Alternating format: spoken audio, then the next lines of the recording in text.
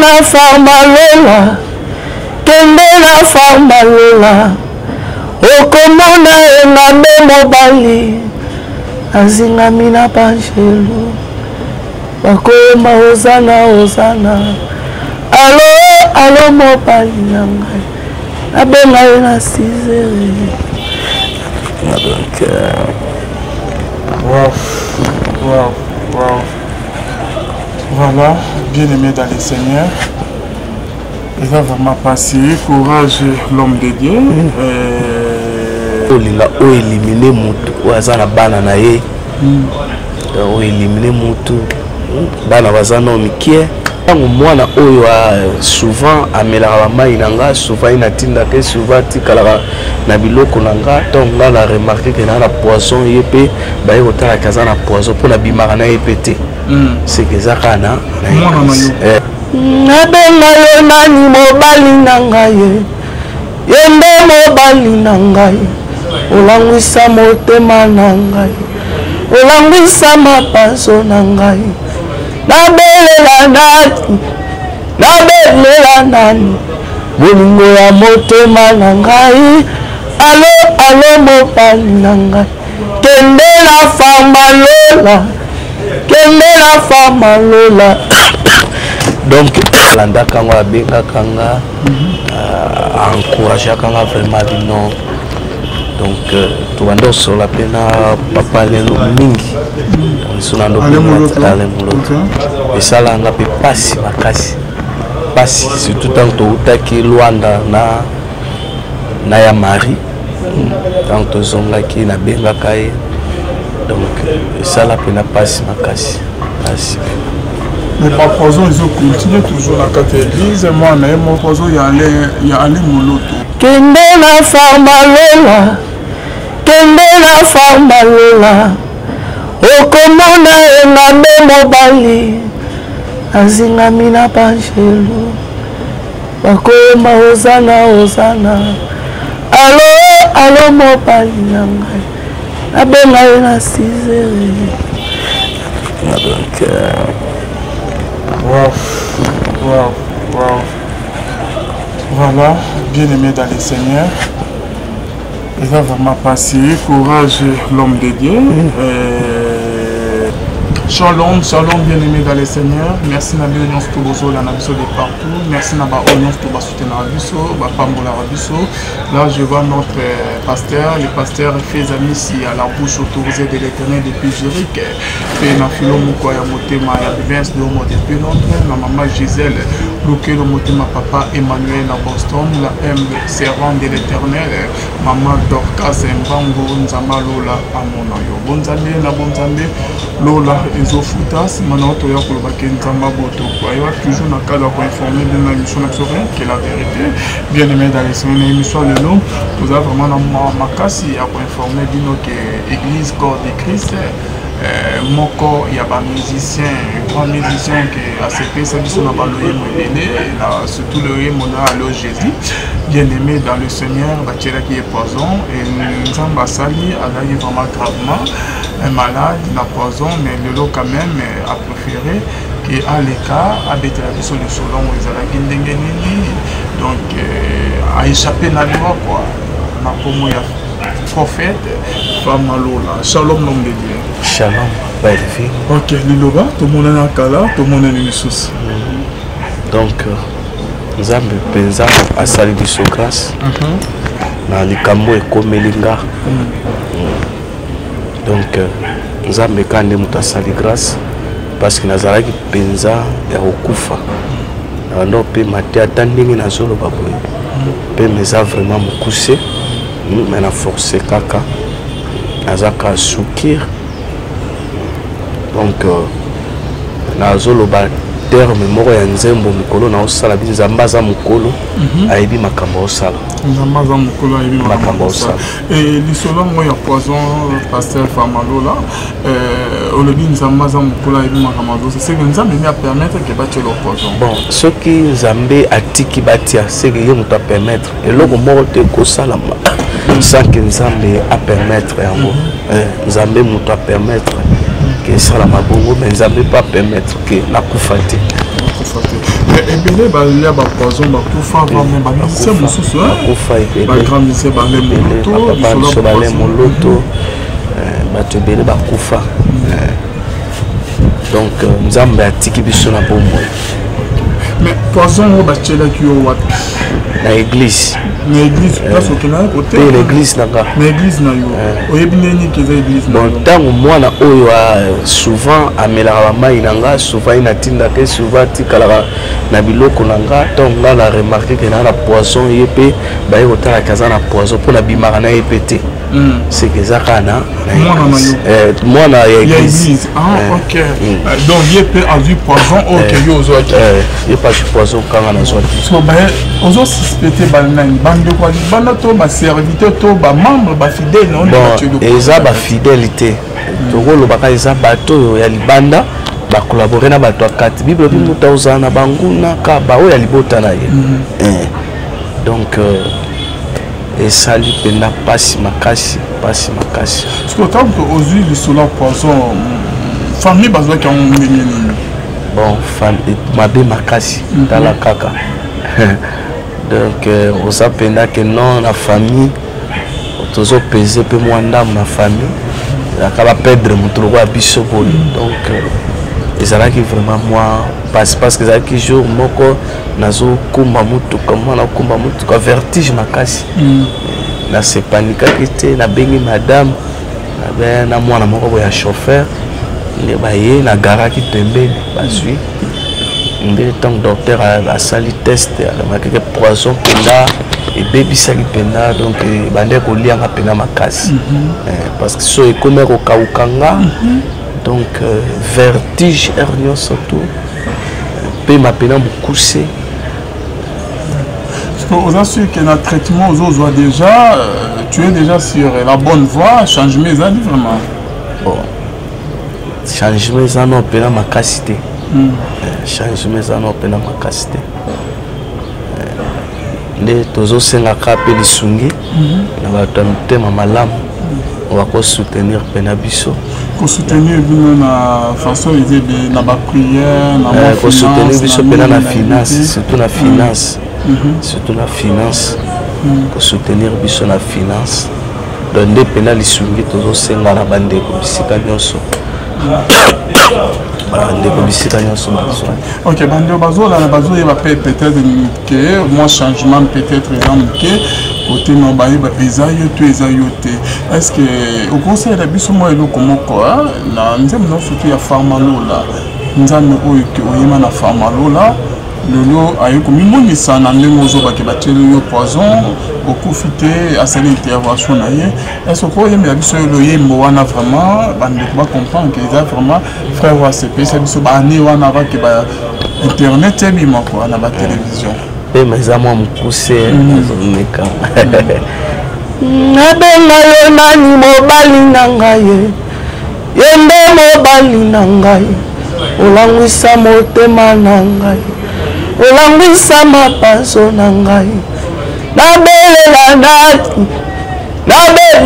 nani bolingo ya motema na ngai alo mobali na ngai kende la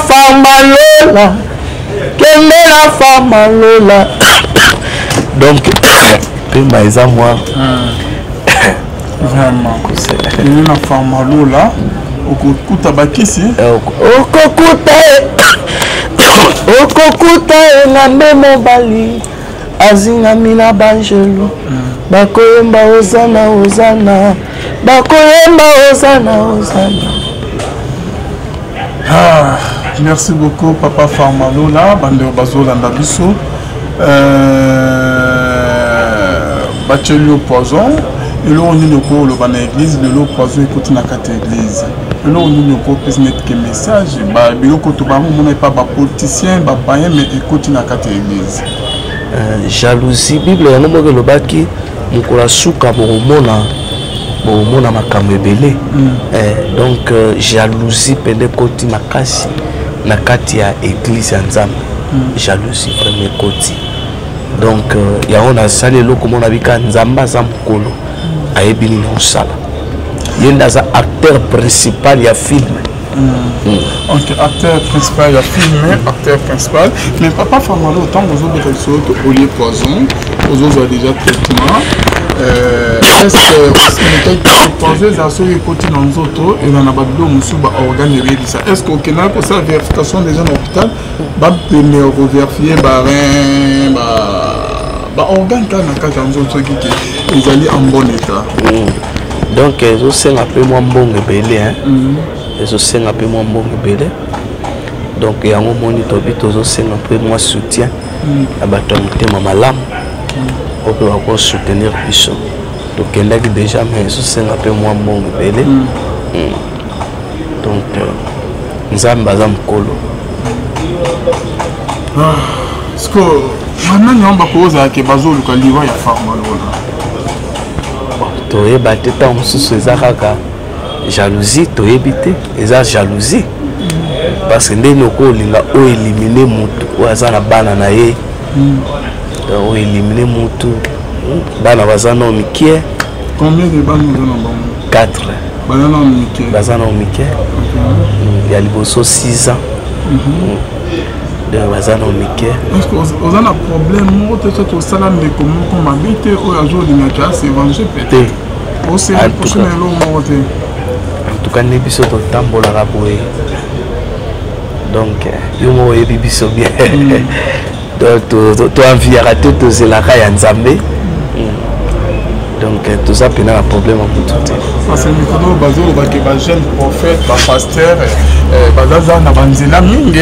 qui peut-être bien peut-être que famille, tout ça, et là, on a que non, jalousie, kaka. C'est que la place de Sala Moussala, Yanzambe. Donc.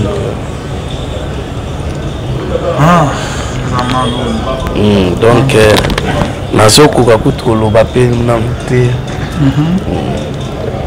Miami Supenda et Tondinga Penda. Donc. Zambaza Mukola Ibini na Osala. Tant que nous avons toujours un poison, tant que tu es un pas en arrière, le solar poison, il y a allé moloto, aux autres qui ont des. Donc, l'homme de Dieu, le solar, il y a un poison, il y a allé moloto, il y a aux autres qui ont des, parce que les autres sont toujours dans la carte d'église. Et ça, il n'y a pas si. Donc, je crois émission tout ça là na yo kala la ville où je crois tant que pas landa kanga benga kanga encourager kanga vraiment non. Donc tu vas donc sur la peine papa les mingi on sont dans le monde et ça là n'a pas si makasi pas si surtout tant que tu Luanda na ya mari tant que zonga qui na benga kai. Donc, ça la peine passe ma casse. Mais par poison, ils ont continué toujours la carte d'église. Moi, mon Francis Sémien, vous avez pu poisonner avec le poison. À témoigner qu'ils ont ma vie, qui c'est le lopé, toujours dans la musique chrétienne, poison, ils ont combat, ils ont pour vous coller les sous poison. On a besoin d'un abisso. Message nous koyeb sabango na ba oyo bazoteya nzamalo la bible na maboko kombo yesu na munoko mais bazoboma baninga na ba poison. Donc ça message na oyeb sabango boye ba ke nyoso bozo sala nzambe aza mukolo ayebi nini azo sala. Merci beaucoup papa Famalo là. Vous allez auteur et compositeur l'album oyo Famalo là, premier album, non, deuxième et bima qui m'attend en tabac. Et troisième ils ont bima ils ont ya donc tout ça, donc le coup stoppé en kaka. Dena, la quoi maladie boy, mais zamba au sala biso grâce. Ok, toujours avec les mêmes producteurs. Donc tout ça kaka na papa Jonathan Mutambala. Jonathan Mutambala. Zamba pambola ibisi kaza. Zambé Pela Pambola, papa Jonathan Mutambala. Merci. Okay, merci beaucoup. l'évangéliste Femme Lola, toujours comme on a souka il y a une émission dans Bisso. Programme on a mes amis, nous avons déjà studio pour votre troisième album. Bon, santé et zongana nous bien. So santé zongi bien. Donc zongi la activité nous très bien. Vous êtes appelé Mikolo na église. Mikolo na so théâtre. Ok, parce que na mona ki séminaire moko ba pasteur musunde bazote ya. Bana kaka église mais ngana au théâtre. Nazo yembate. Ok. Merci beaucoup papa. Et message non ya sous des amis.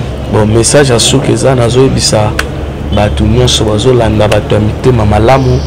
Donc ezaka kosenga soutien on a soutenir on a pe santé nanga les tozo senga c'est pas bana nzambe mitema malamu bisika nyonso baza bazo landa biso numéro na biso je crois que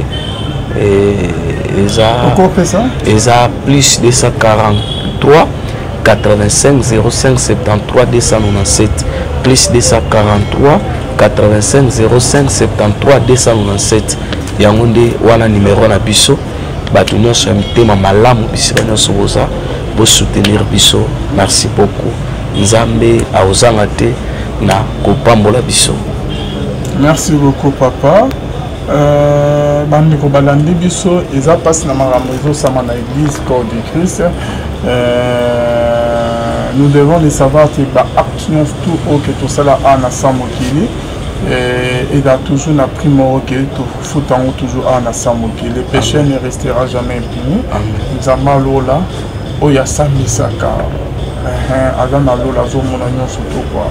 Olingo boma muninga osala mabe akufa ko na sama bele atika bana na mwasi na badana bana mike na passe pe na matanga okanisa te ke yo ozali éternel mukula liwana ope ekoya pe okufa okutu na sama bele à quoi sert bon que osala muninga mabe oboma yo poison.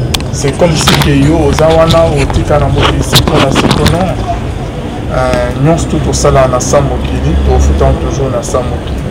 Donc c'est ça quoi. Poison ezalaki par bapoliticien bathéâtre bapayen bani lelo poison ekoti na kati ya église poison ekotisi bamingi na sa mabele bapaster bagrand musicien. Donc lelo ezokoba toujours na kati ya église. En tout cas ezali vraiment passe pe mawa na ndeko na biso oyo ke toyebani na ye pe bien asalela nzamba lola kokoma ntina baeta oyo kolela ke batieli poison azoyeba te nani yango atieli poison nani yango azoluka liwa na ye. C'est ça minali prophète Femme Lola. Siko neti ko oyebi ndeko atieli poison te opanga te ke amona toujours ozali vivant ke aya kobakisa mosusu parce que oyebi ye te azoyebi so eloko mona azoyebi so papa Elvin nzambe aza mokolo nzambe soki alindimaki nde batie na kufa nalingi nakufa lokwa nzambe alingi te seke nzambe amokolo ayebi nini oyo azosala soki nzambe azobatela ifo yo moko osalela prudence donc tokomi prudent tokomi prudent makasi tokomi prudent vraiment makasi. Voilà, merci. Abandonnons tout Madame Bibiso, l'homme de Dieu. Moi, je suis toujours Famalo là et ça l'a mis bien. Attends un moment, il n'y a pas si en haut. Donc, il a déjà le mot, il a aussi une intervention, il y a un Zambé quoi. Kende la Famalola, Kende la Famalola, Okomona engabe mobali, Azingamina Pangelo. Bakoma ozana ozana alo mobali na ngai abenga ye na 6 heures. Donc wow. Voilà, bien aimé dans les seigneurs, il va vraiment passer courage l'homme de Dieu. Voilà, naba o bozo la nabiso de partout, ils allaient vraiment passer ma cassie. Donc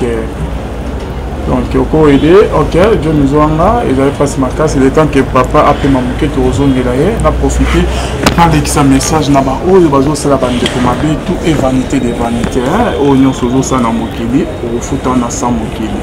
bien-aimé dans les Seigneurs, tout est vanité des vanités.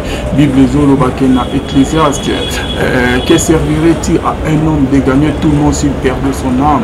Lolozo Salamoninga Mabe, aux après Yakoboma Yakotisa, approche Baninga non à Samabele, pour que aux ambongo moko, pour que aux mituka, aux abandak ba immeuble, yeba que un jour il doit payer.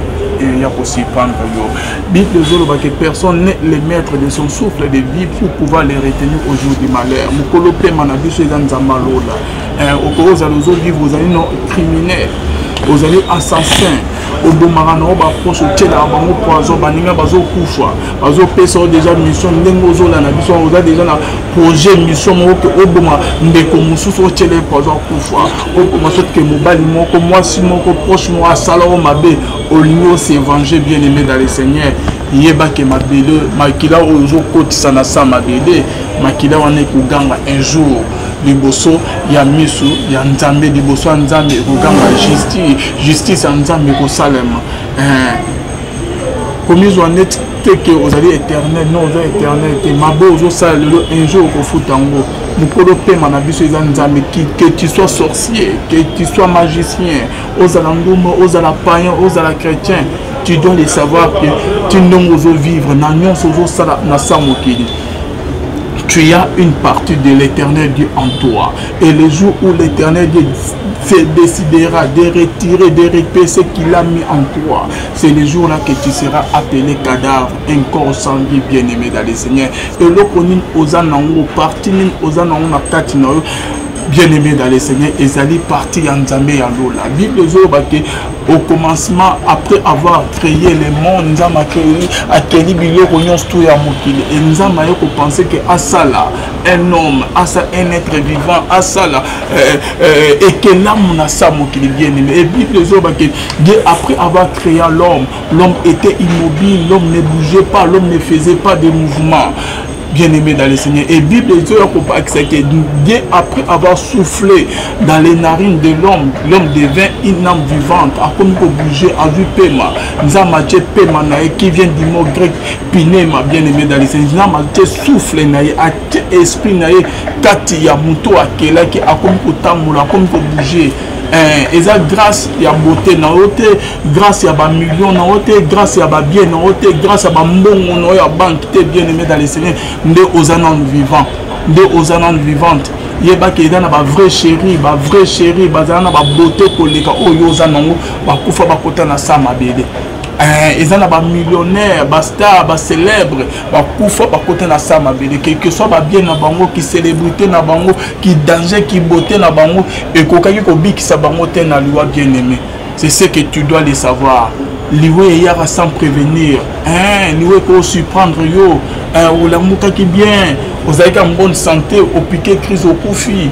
On a monté qui bien au bimou au matin avion au sali crash au koufi au matin à mutuka batutu au sali accident au koufi bien aimé liwata mweyaka et la karaté bien aimé. La seconde suivante, la vie, le souffle de vie ne nous appartiennent pas bien aimé. Ils ont appartenu dans Nzambe ya lola o ya chacun au katinabiso. Tili ozo tamula ufoye barake mukolo pe mazali azo mono azo tala yo na mabe no nzambe wana azo garder toujours yo en vie c'est quand na posa ke okufa na masumute et mukolo nzamba lola rodse a redécider ya ko récupérer molimo na ye souffle na o ya chakati na yo. C'est le jour là que tu verras que tout est vanité de vanité. Ba mbongo etikali ba mitu ketikali c'est pour cela la Bible en réalité en l'homme c'est l'esprit.